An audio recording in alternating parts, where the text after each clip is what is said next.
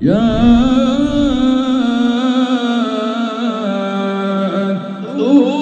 رسلهم بالبينات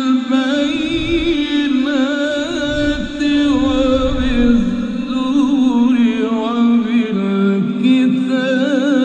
المنير.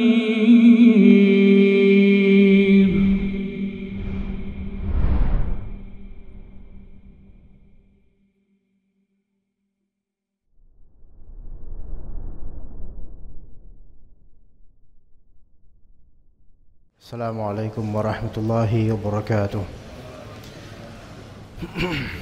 Innal hamdalillah nahmaduhu wa nasta'inuhu wa nastaghfiruh wa na'udzu billahi min shururi anfusina wa min sayyiati a'malina.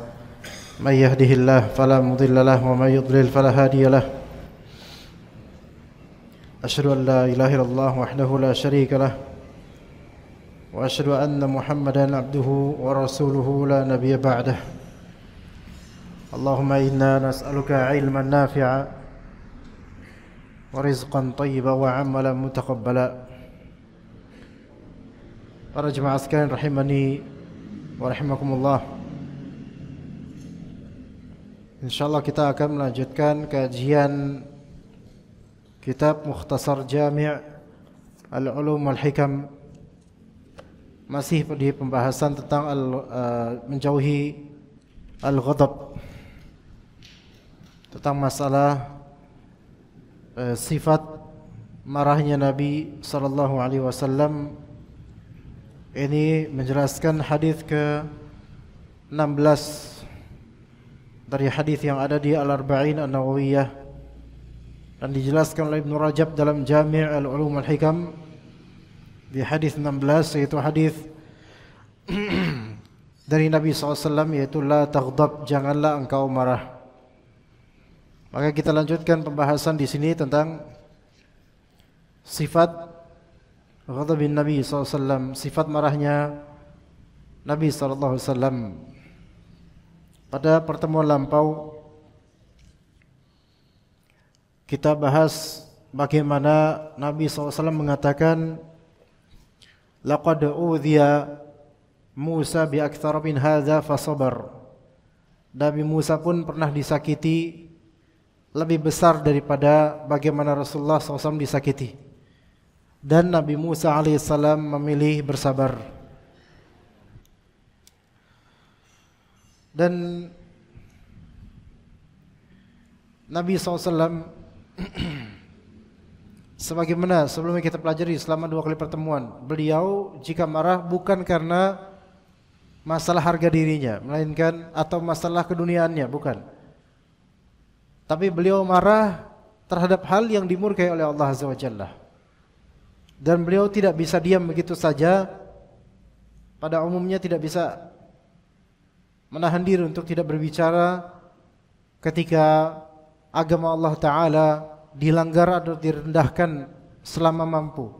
Maka kata Ibnu Rajab radhiyallahu rahimahullah, wa kana sallallahu alaihi wasallam idza ra'a aw sami'a ma yakrahuhu Allah ghadiba lidzalik wa qala fihi wa lam yaskut.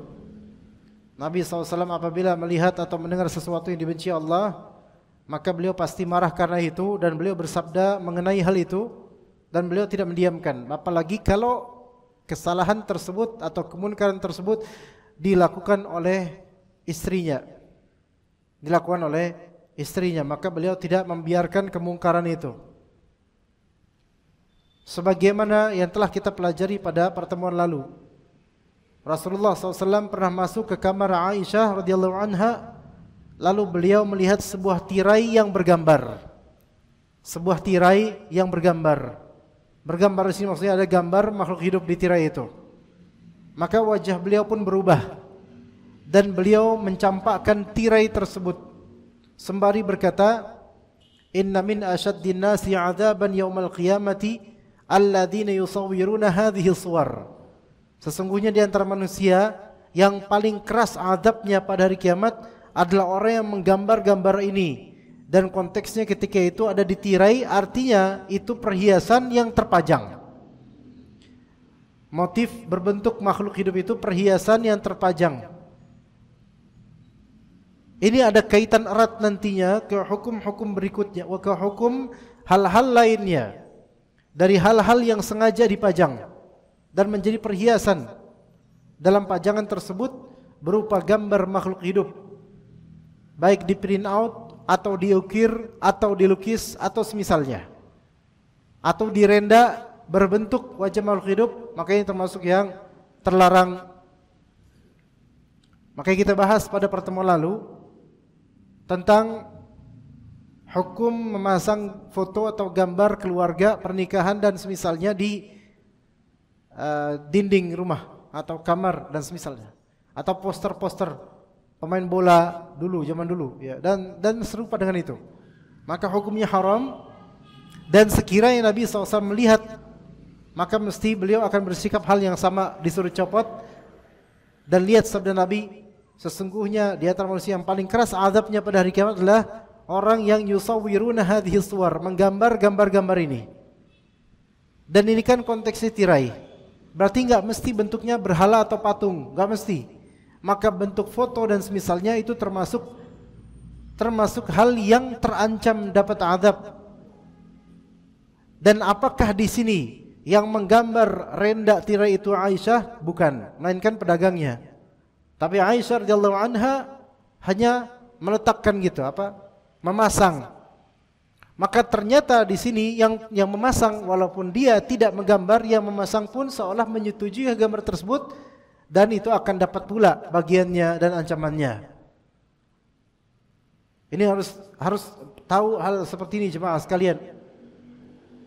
Karena itu di sisi lain ada malaikat rahmat tidak masuk nanti, tidak berkenan untuk ke rumah atau ke ruangan itu.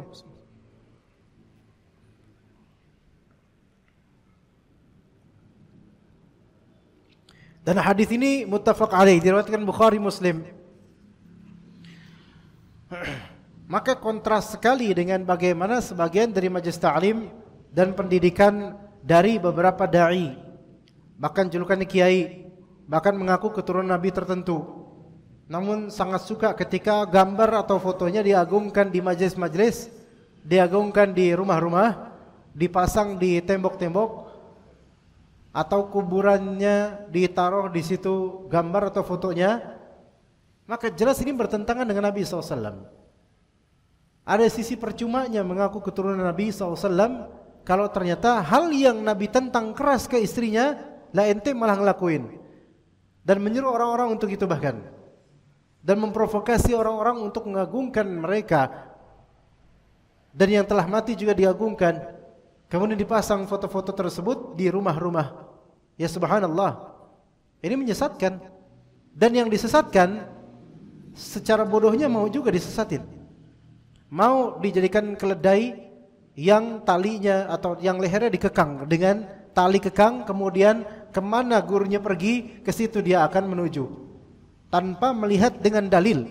Dan ketika ditampakkan hadis ini pasti gurunya mencak-mencak ini. Minimal gurunya akan mentakwil dan menafsirkan dengan tafsir yang tidak dikenal di kalangan salaf, semau mereka, supaya hawa nafsu dan syahwat atau hubbus syuhrah, cinta popularitas, cinta dunia mereka itu tetap terjaga. Maka kita lihat orang-orang yang mereka menginginkan jemaahnya itu bersikap ghulu, bersikap lebihan dalam beribadah, dalam mengagungkan Rasulullah, dalam mengagungkan keturunan Rasulullah, itu semuanya UUD, ujung-ujungnya duit, ujungnya dana, ujung-ujungnya dana. Makin kemari makin banyak, tapi sebenarnya udah mulai agak sedikit berkurang. Tidak seperti dulu masifnya gitu loh dalam pengagungan yang berlebihan terhadap mereka ini. Ujung-ujungnya dana. Ya, sampai ada suatu kejadian, ada seorang ustadz yang selama jadi ustadz itu ya madhabnya atau manhajnya semisal ini, yang intinya cari cuan, dengan ngajar agama tapi cari cuan di kalangan orang-orang seperti itu. Maka kemudian dia mulai menuju ke dakwah salafi atau dakwah sunnah, menuju ke dakwah sunnah. Ketika kita tanya, ada orang tanya, loh, antum sekarang kok kayaknya udah enggak di sana lagi. Antum gimana sekarang? Anak pengen ke dakwah sunnah. Loh, ke dakwah salafi, anak pengen ngajar, anak pengen jadi ustadz sunnah. Padahal dia labelnya masih ustadz yang seperti itu. Tapi kan kata orang ini, kalau dai sunnah tuh biasanya orang-orang sunnah itu anti musik, tapi antum kan masih suka dangdutan, suka musik, suka dalilnya kadang-kadang dalil lagu-lagu Abu Ridho. Tahu Abu Ridho siapa? Nggak tahu Abu Ridho, bapaknya Ridho. Ya. Dalilnya pakai itu kadang-kadang. Ya. Mana antum bisa dakwah di antara orang-orang sunnah? Gak bakal. Apalagi orang sunnah itu selektif milih guru, nggak sembarangan. Kata dia, iya juga sih. Gitu. Tapi kenapa? Kok antum malah justru? Gak itu tolong nanti dikoreksi itu. Yang sholat. Enggak, kelas ba'din, nanti aja. Nanti aja setelah selesai. Kasih tahu. Jangan sekarang. Nanti aja. Nah, ditanya kenapa antum mau ke dakwah sunnah? Kenapa mau jadi ustaz sunnah? Karena Anda melihat sendiri pasar dakwah sunnah sekarang lebih tinggi dan lebih menghasilkan uang. Ini benar ngomong kayak gitu. Beneran ngomong seperti itu. Ya subhanallah, ya ternyata yang dicari apa? Bukan agama sebenarnya cari. Pakai gambar syekh fulan, ulama fulan, alim fulan dan semisalnya, itu apa? Dijual. Ya, dijual di mana-mana. Dan mereka juga mengatakan barang siapa yang melihat ke wajah seorang alim maka dia akan dapat keutamaan begini. Itu ada termaktub tersebar di grup-grup WhatsApp. Ngelihat wajah ustadz, ngelihat wajah orang alim, apalagi keturunan Nabi, itu sama dengan ibadah. Kalau ganteng, lah kalau jelek gimana? Ya, kalau enak dilihat, kalau nggak enak dilihat gimana? Dan apakah kalau enak dilihat kemudian ternyata itu ibadah? Mendingan lihat wajah orang tua kita dan kemudian nafkahin atau sedekahin lebih afdal. Ini kan step-step menuju ghulu dan berlebihan. Ya, dan gambar-gambar, foto-foto itu memang salah satu jalur yang terbesar untuk menjadikan orang itu bersikap berlebihan. Baik yang difoto atau yang selfie atau yang mengikuti orang-orang yang difoto-foto ini. Ya.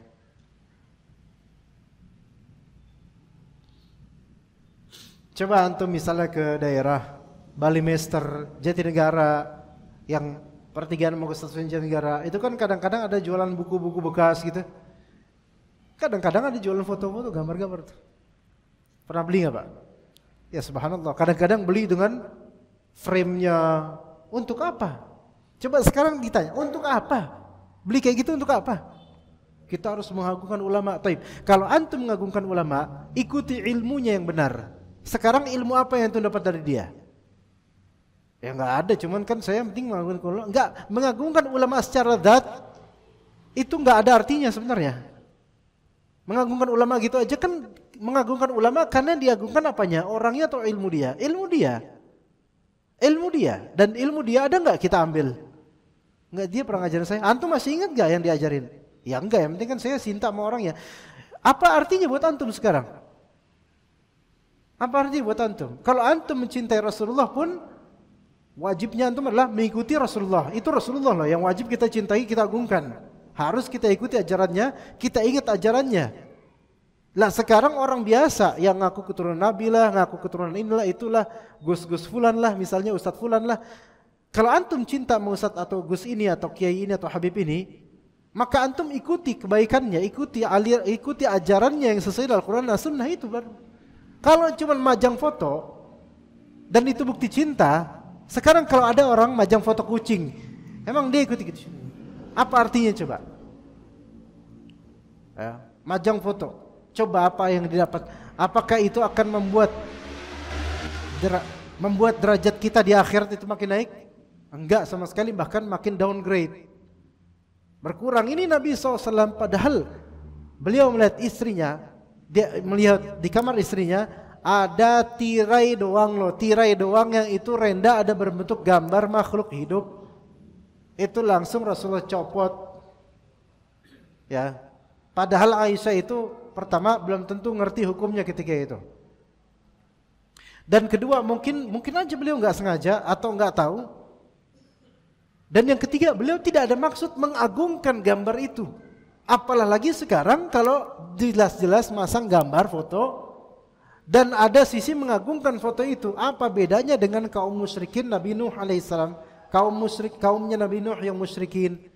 Apa bedanya mereka pasang-pasang berhala, patung, gambar-gambar nenek moyang atau orang-orang soleh yang telah wafat? Apa bedanya sekarang? Sama. Ya. Ada kesamaan. Lalu di zaman Nabi yang seperti ini aja diingkari, ada enggak zaman Nabi sahabat atau tabi'in? Terus Rasulullah digambar, dilukis, habis itu dipajang di pagar, di mana biasanya di tembok-tembok ruang tamu. Ada enggak riwayat gitu? Enggak ada. Yang ada sih biajarnya orang-orang menyimpang itu. Yang dari guru-guru yang enggak benar, ustaz-ustaznya juga kayak gitu. Syekh Fulan, Siti Jenar, Wali Songo, enggak sekali Nyiror Kidul. Karena anak punya tetangga dukun ya itu Wali Songo masuk, pasang, Nyiror Kidul pasang juga. Enggak sekalian jin fulan semua, sekalian jadi dukun sekalian dah itu. Ya subhanallah. Enggak ada Islam, cuman Islam satu-satunya yang betul-betul gambar dan foto itu tidak dipajang. Tapi Ustaz, ana enggak majang gambar-gambar wali-wali itu. Ana majang gambar pernikahan ana sama istri ana. Sama. Emang dikira Aisyah radhiyallahu anha itu gambar yang dia ada di renda tirainya itu gambar yang bagus lengkap? Enggak. Ini gambar lengkap sampai gambar keluarganya. Apa yang antum banggain dari pernikahan antum, ikhwan? Sebagian orang bangga dengan pernikahan dia dengan memajang foto pernikahan legendaris. Apa yang antum banggain? Sementara anak antum belum berjilbab. Apa yang antum banggain? Sementara anak antum yang laki-laki susah diajak sholat. Apa yang antum banggain dari foto ini? Selain di hari kiamat akan dihisab, kenapa enggak ngajarin anak? Kenapa enggak didik anak? Emang dikira kalau udah ada gambar itu bakal ningkatin derajat kita di sisi Allah? Sebaliknya, malaikat rahmat gak masuk. Sebaliknya, kita akan diminta pertanggungjawaban kayak gitu. Sebaliknya, kita akan ditanya, kenapa kamu membanggakan dunia ini sedangkan kamu enggak melakukannya untuk akhirat? Coba kita tanya diri kita nih, apa yang kita banggakan dengan pernikahan kita, jemaah? Dengan kita punya istri, dengan kita punya anak, cuman kebanggaan doang. Emang tuh anak udah jadi apa? Emang istri kita udah jadi apa? Emang kepada siapa kita bangga? Orang-orang masyarakat, kita jumawa gitu, lihat gue punya istri dan gue punya anak, lihat keluarga besar. Emang dikira masyarakat akan ngasih pahala ke kita kalau misalnya kita bangga? Emang kalau lebaran kemudian dipajang foto-foto itu, orang-orang memuji kita, terus kita akan di sisi Allah bakal naik itu derajatnya? Enggak. Yang ada malah ini suatu keujuban dan kadang-kadang takabur. Belum lagi kemudian ini kalau ada Rasulullah pasti diingkari. Lah ya wong tirai biasa aja, cuman renda aja diingkari kok dicabut sama Rasulullah, apalagi yang foto seperti ini. Kira-kira kalau Rasulullah ada nih, terus kita pasang foto seperti itu, Rasulullah datang, Rasulullah ngingkarin enggak? Yakin ngingkarin. Dan ketika Rasulullah ngingkarin terus kita bilang apa? Ya Rasulullah, lakum dinukum waliyadin gitu. Ya Rasulullah, ini kan saya, antum beda, antum memang alim, anak kan enggak. Apa kayak gitu jawabannya? Ya Rasulullah, masa gini doang enggak dimaafin, kan masalah khilafiyah. Ada Rasulullah khilafiyah, ini malah khilafiyah dari mana? Rasulullah langsung, itu istrinya sendiri loh. Maksudnya di sini Rasulullah SAW melihat kemunkaran yang tidak ringan. Istrinya yaitu Aisyah mungkin enggak sengaja atau enggak begitu tahu ada renda seperti itu, atau belum tahu hukumnya, Atau hal-hal lainnya mungkin diberi uzur. Kita enggak menyatakan Aisyah radhiyallahu anha sengaja berbuat kemungkaran. Namun Rasulullah langsung mengingkari. Ini Rasulullah nih, kiainya zaman itu dan sampai kapanpun beliaulah kiainya kaum muslimin seluruhnya. Nah sekarang ada kiai-kiai atau dai-dai yang masih mungkin lokal atau mungkin internasional tapi versi sekarang. Itu paling senang ketika ada gambar-gambar wali itu dipajang di rumah-rumah. La haula wala quwwata illa billah. Kemana ajaran Rasulullah? Kalau dibilang saya enggak pernah tuh dengar hadis ini, ya berarti bahlul aja, bahlul. Ini hadis Bukhari Muslim. Hadis yang harusnya populer di telinga para dai dan kiai dan ustaz-ustaz. Apalagi ngaku keturunan Nabi. Masa keturunan Nabi enggak pernah baca Sahih Bukhari Sahih Muslim? Ya enggak usah ngaku-ngaku. Cuman darah doang. Darah itu bisa berceceran dan hilang. Tapi agama, akidah itu sampai akhirat kita. Ilmu ini sampai akhirat. Kalau cuman banggain nasab dan keturunan, mati juga habis, sudah selesai. Tapi kalau masalah amalan, akidah, ilmu syar'i, niatan yang salehah sampai akhirat kita itu. Walaupun bukan keturunan Nabi. Anggap keturunan siapalah. Kita itu beragama bukan karena keturunan. Kita beragama karena Rasulullah, Allah dan Rasulullah memerintahkan kita untuk beragama seperti apa? Inna dina indallahil Islam. Sesungguhnya agama yang sahih, yang benar bagi Allah adalah Islam. Begitu. Maka kalau misalnya mau keturunan siapa kerajaan siapa? Prabu Siliwangi, kerajaan Majapahit, atau sampai keturunan Nabi atau keturunan zuriat Nabi, kalau riwayat atau hikayatnya bertentangan dengan hadis Nabi SAW, maka wajib atas kita untuk mengikuti Nabi SAW. Karena kita tidak ditanya, kenapa kamu tidak ikut zuriat Nabi? Enggak, yang kita ditanya, kenapa kamu tidak ikut Nabi SAW? Gitu, zuriat itu keturunan. Kita enggak ditanya, kenapa kamu enggak ikutin keturunan Nabi? Enggak gitu tanya, kenapa tidak ikut Rasulullah SAW? Itu yang ditanya. Kita akan ditanya di kubur kita, man rabbuk, siapa Rabbmu? Man nabiyuk, siapa nabimu? Itu ditanya, bukan siapa Habib Fulan. Enggak ditanya itu. Karena siapapun dari makhluk tidak bisa memberikan kita pahala, tidak bisa menyelamatkan kita. Bahkan Nabi SAW berkata kepada Fatimah, ya Fatimah, la ughni anki minallahi syai'ah. Wahai Fatimah, aku tidak bisa. Atau kepada siapapun, Rasulullah katakan, aku tidak bisa bermanfaat untukmu di akhirat sedikit pun, kecuali dengan izin Allah. Ya, jadi semua kembali kepada Allah Azza wa Jalla. Maka hal-hal munkar ini jemaah sekalian, kalau kita lihat orang-orang awam, jujur aja Pak, biasa, jangan mungkin aja di antara kita era 90-an, era 2000-an awal, ya, 80, 90, 2000-an awal, itu era di mana anak-anak muda masih suka beli poster, ya enggak? Poster pemain bola lah, penyanyi lah. Kalau sekarang kan beda generasi, enggak usah poster, udah banyak di handphone.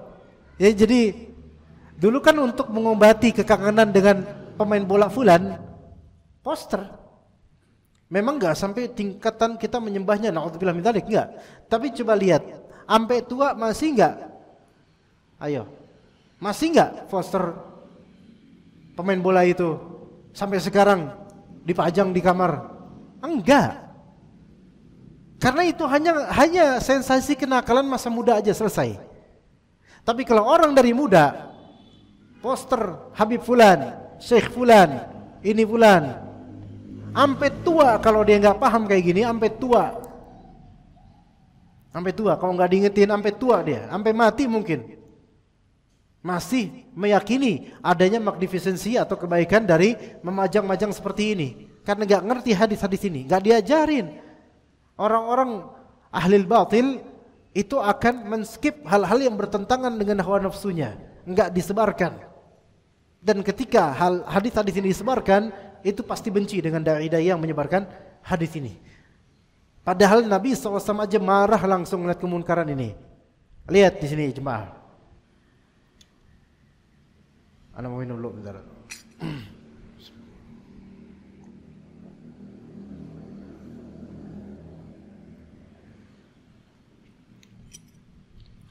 Ada beberapa mawaqif Nabi SAW, sikapnya Nabi SAW tentang marah atau tidak. Misal ini perbuatan Aisyah memasang tirai yang ada renda gambarnya makhluk hidup atau semisal itulah.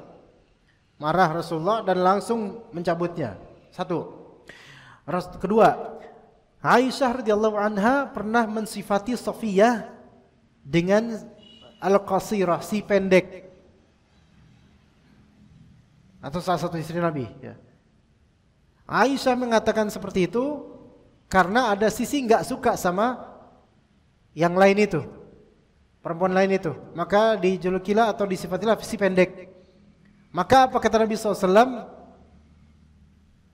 Seandainya engkau mencelupkan kalimatmu si pendek itu, kalimat si pendek itu kamu celupkan di lautan, lama zajat bih, maka kalimat itu akan memperkeruh satu laut. Rasul langsung ingkarin loh. Kenapa? Karena julukan dari Aisyah ini ada nafas kesel, benci, dengki atau iri, ada di situ. Makanya Rasulullah tutup langsung marah beliau. Marah di sini langsung nasihatin, jangan lakukan itu. Oke? Kemudian ketika beberapa sahabat ke rumah Nabi SAW dan ada Aisyah radhiyallahu anha di dapur, terus ada piring atau nampan atau misalnya kayak sengaja digituin sama Aisyah. Apa kata Nabi SAW kepada para sahabat? Ibu kalian sedang cemburu. Marah gak Rasulullah? Enggak. Ibu kalian sedang cemburu.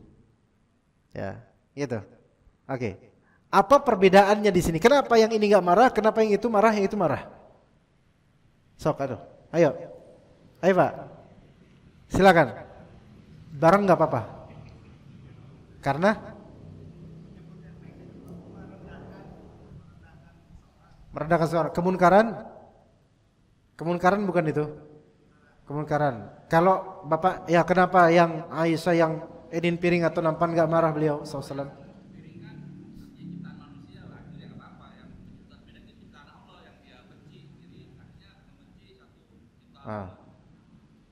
Benar sih, cuman enggak 100% benar Pak. Karena renda tadi, tirai itu pun juga ciptaan juga gitu loh. Ada benar tapi enggak benar sih. Ya gimana ya, emang enggak benar sih. Coba Pak. Tapi jazakallah khair. Ya. Tapi kenapa enggak marah Rasulullah? Karena enggak ada hubungannya dengan agama. Masya Allah, jazakallah. Antum bertiga boleh pulang sekarang. Karena pertama gini, cemburu yang tidak menjadi kemungkaran itu enggak masalah. Cemburu antar istri maksudnya yang tidak menjadi kemungkaran itu enggak masalah. Enggak masalah di sini. Kalaupun itu masalah, jangan sampai dialihkan ke masalah agama sampai seberapa gitu enggak.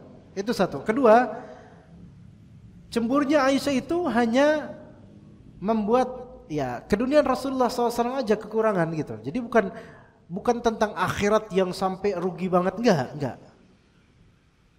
Gitu. Ya. Beda dengan ketika yang dilanggar adalah hak Allah atau yang dilanggar adalah agama. Perempuan cemburu, ya, perempuan kita cemburu itu memang umumnya, enggak semuanya. Perempuan ketika cemburu itu tidak langsung kita jadikan itu pelanggaran agama. Walaupun bisa jadi kecemburuan itu berasal dari dengki atau iri yang dipendam dan seterusnya. Tapi itu harus diwajarkan jika masih standar. Namun jika cemburu tersebut sudah terucap atau sudah terlakukan, maka suami harus bercakap atau bertindak. Gitu. Ya, cemburu itu sudah terucap. Kayak misalnya tadi fulanah si pendek itu. Ini udah terucap nih. Maka harus suami sigap memberitahu, jangan kayak gitu.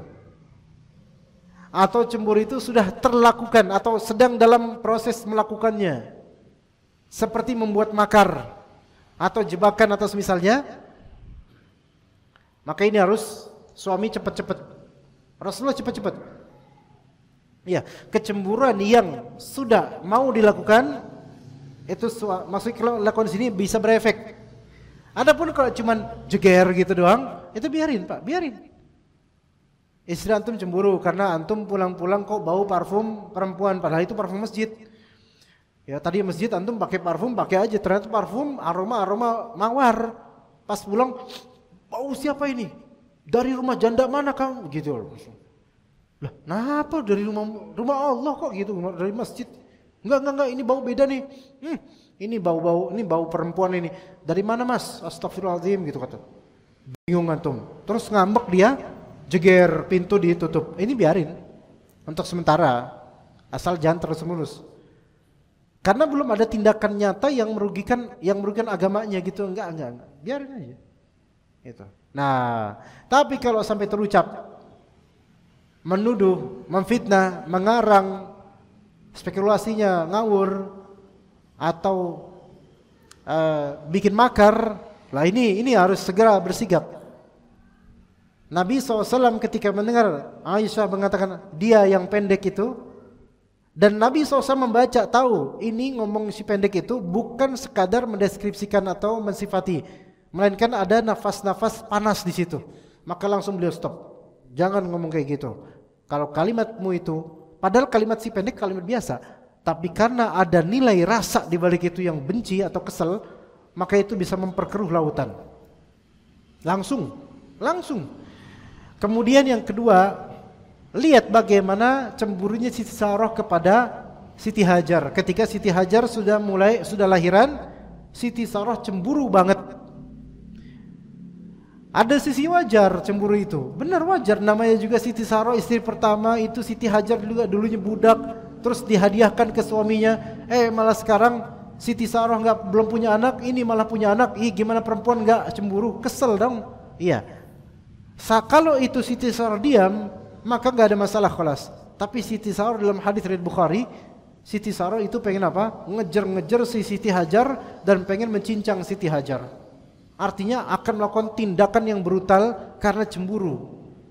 Maka Allah Ta'ala wahyukan Nabi Ibrahim untuk menaruh Siti Hajar kemana? Ke Mekah. Jauh banget dari Palestina ke Mekah Pak. Artinya pada pelajaran ini, seorang suami ketika melihat salah satu istrinya atau istrinya cemburu dan bukan sekedar ngucap, tapi sudah mau melakukan makar atau sesuatu yang melakukan refleksi cemburunya, suami harus cepat bertindak. Jangan dibiarkan. Karena perempuan itu ketika terbakar cemburunya, syaitan itu tambah mudah untuk mengomporinya lebih dari laki-laki. Dan perempuan itu siap untuk melakukan apa yang dibisikkan dan diwahyukan syaitan ketika sudah terbakar kesel dan cemburunya, bahkan di luar nalar manusia kadang-kadang. Begitu. Maka kadang kita laki-laki geleng-geleng ketika melihat beberapa perempuan itu melakukan atau memutuskan suatu perkara yang bermudarat buat dirinya sendiri. Karena apa? Cemburu. Dan mungkin kita kecolongan. Kadang kita kecolongan, mungkin kita jauh atau kita banyak urusan atau kita di luar negeri atau kita gitu. Sampai anak pernah ada cerita seorang ikhwan, dia berpoligami. Alhamdulillah bagus poligami insyaallah dan baik-baik saja semuanya. Ketika dia umrah, salah satu istrinya yang dihasut oleh ibunya, dia umrah nih, suaminya umrah, baik-baik ibadah umrah, istrinya bukannya menjaga amanah di rumah, ibunya menghasut.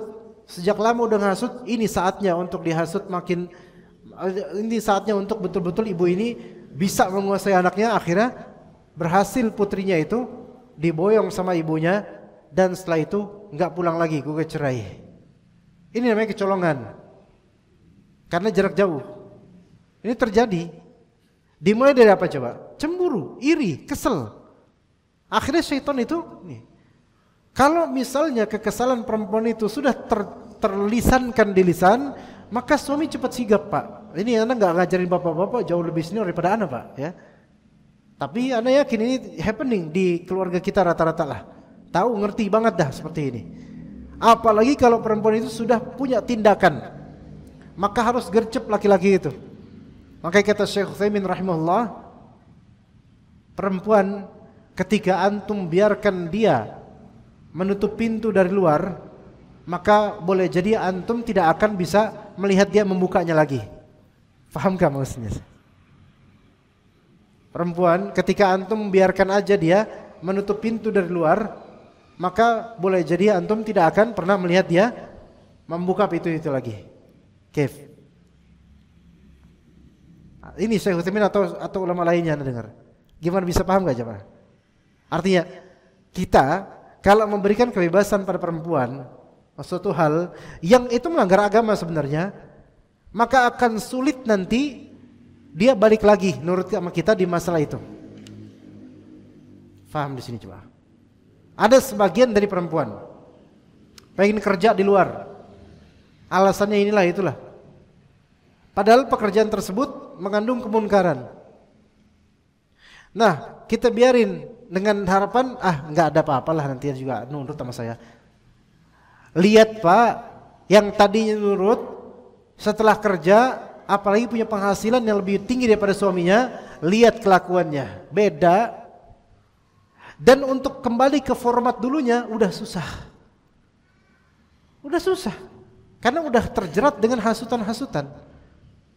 Ya, makanya nanti nikah hati-hati. Mumpung freshman ini, kalau udah tua-tua udah ngalamin dah ya. Nah, yang masih fresh ini harus waspada ya. Dari ketegasan itu penting, jemaah. Rasulullah itu bersikap tegas kepada seluruh istrinya. Tegas.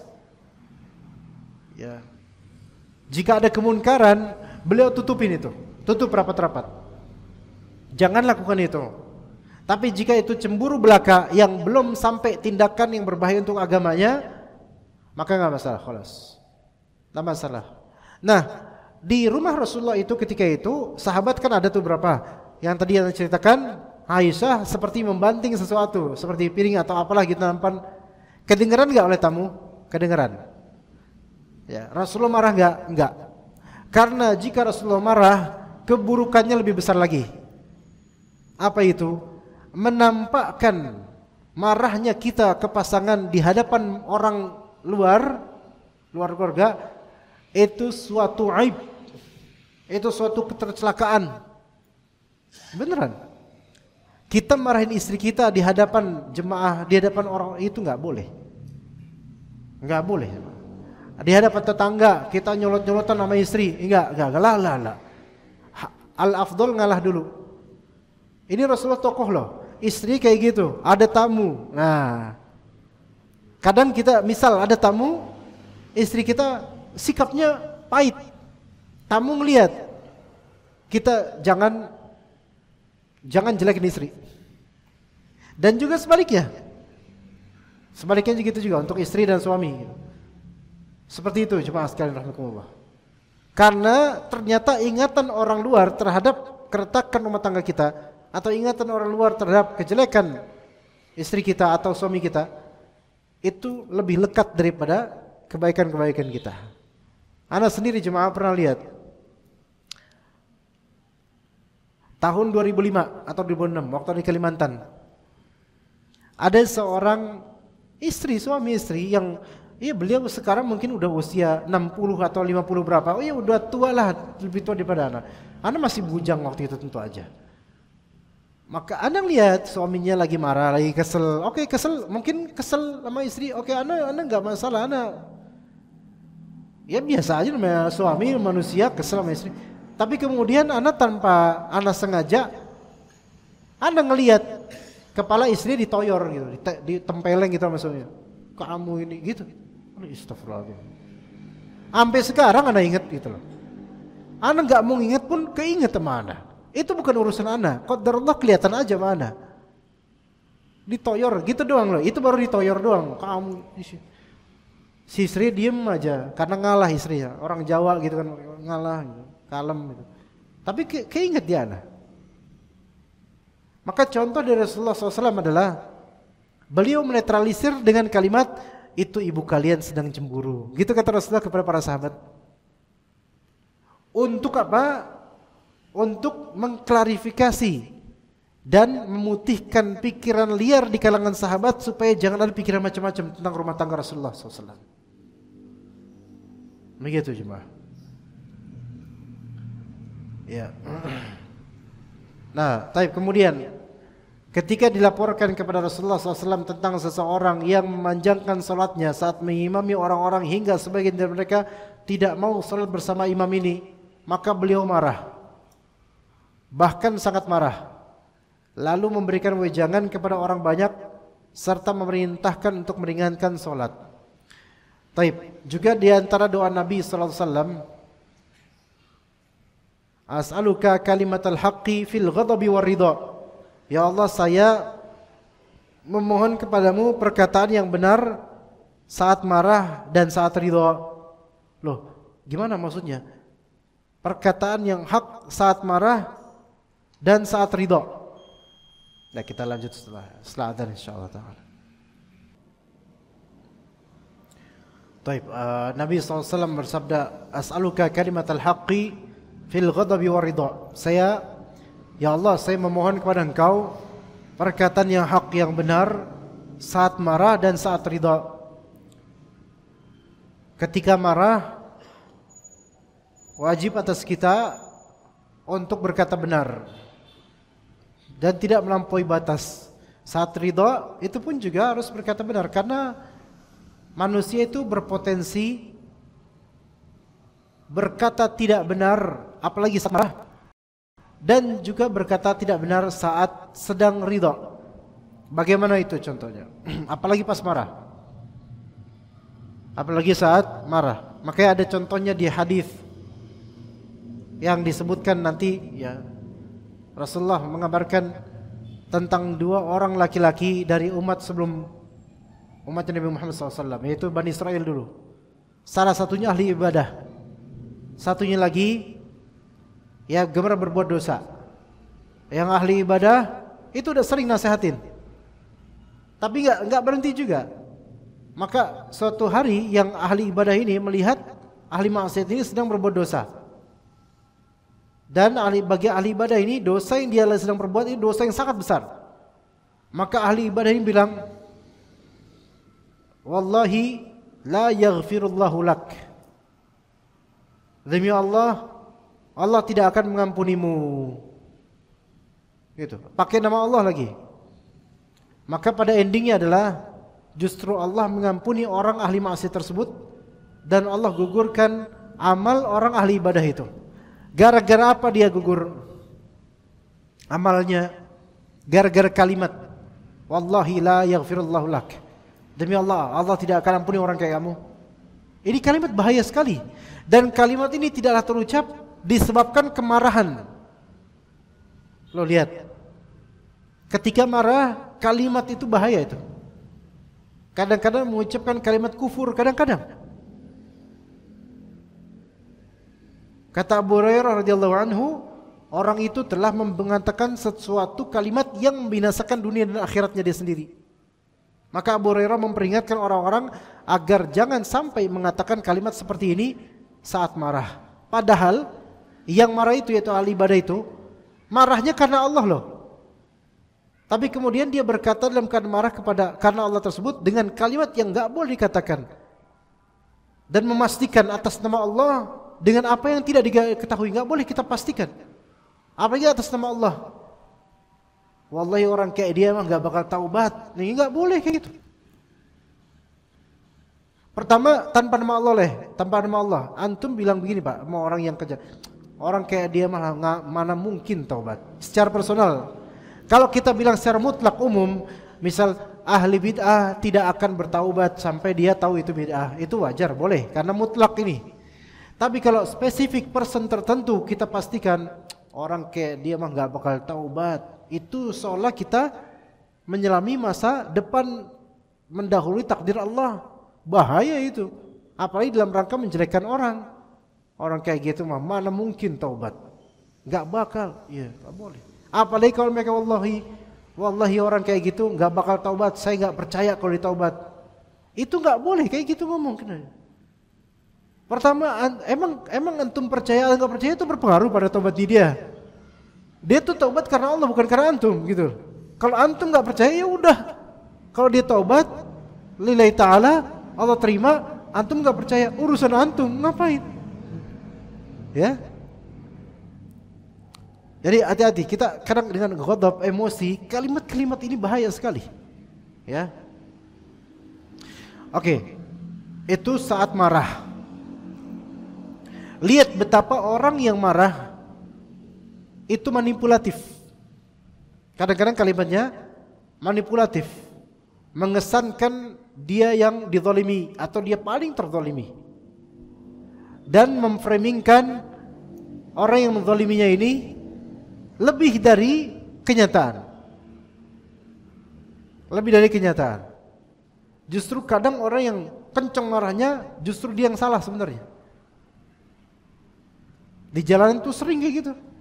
Apalagi pemotor ngelawan mobil kegesek, pemotor yang ngegas misalnya, yang marah gitu, yang mobil disalahin gitu. Padahal yang salah pemotornya. Di jalanan itu.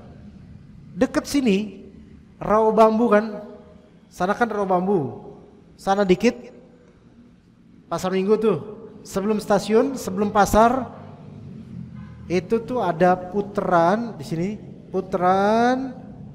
Ini ada yang ke kiri, ada yang lanjut, baru kemudian pasar. Itu putaran itu kan ada bukan trotoar tengah gitu, jalan tengah, kan 2 jalur gini deh. Itu motor 2 berbaring motornya. Motor 2 berbaring. Pengendara motornya diri sambil, Anda ngeliat sendiri waktu dulu kapan? Ini sambil suara toncoknya plak plak plak kedengeran itu. Itu orang lagi pada marah. Padahal mungkin kesalahannya simple, tapi efeknya, damage-nya itu luar biasa. Makanya kalimat itu pasti sebelum ini pasti ada kalimat terucap. Karena biasanya orang itu kalau cuman tatap doang nggak sampai mukul-mukul, tapi kalau udah ada kalimat apa lo? Nah udah mulai itu. Lo kenapa? Ribut lo? Maju lah. Udah mulai. Coba kalau diem aja. Dah. Diem aja. Makanya kalimat ketika ghadab itu memancing, bahaya itu. Kadang kita lihat ada orang yang bertengkar, satunya kalimatnya keras, yang satunya diem aja. Boleh jadi yang diem inilah yang orang kuat ini, yang diem yang kuat. Oke, kata Nabi, laisas syadidu bisur'ah. Bukanlah orang kuat itu yang ahli bergulat. Innamas syadidu alladzi yamliku nafsahu 'indal ghadab. Orang yang kuat itu adalah yang tetap bertahan. Dia menguasai dirinya ketika lagi marah, bertahan.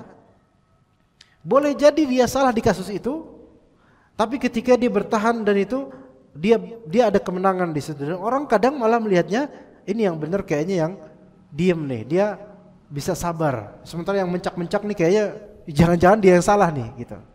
Seperti itu. Waridho, dan saya mohon kepada engkau kalimat yang benar ketika ridho. Lihat bagaimana para penjilat dan oportunis ketika mereka itu ada maunya kalimatnya enggak benar. Sampai Nabi SAW mengatakan jika ada seseorang memujimu, maksudnya memujimu sesuatu yang tidak ada pada dirimu, atau memujimu berlebihan, maka lemparkan debu ke mukanya. Gitu Pak. Ini enggak berlaku untuk semua pujian, karena dalam hadis lain Rasulullah enggak menganjurkan untuk melempar debu ke muka orang yang memuji. Ada seorang sahabat bilang, "Ya Rasulullah, saya mengerjakan kebaikan, kemudian ada orang memuji saya." Maka apa kata Nabi SAW? Tilka ajilu busyral mu'min. Itu adalah kabar gembira dari Allah yang disegerakan untuk orang beriman. Enggak tuh, Rasulullah enggak nyuruh apa? Kamu dipuji karena berbuat baik, lempar aja itu pakai debu. Enggak kan? Artinya ada rincian, Pak.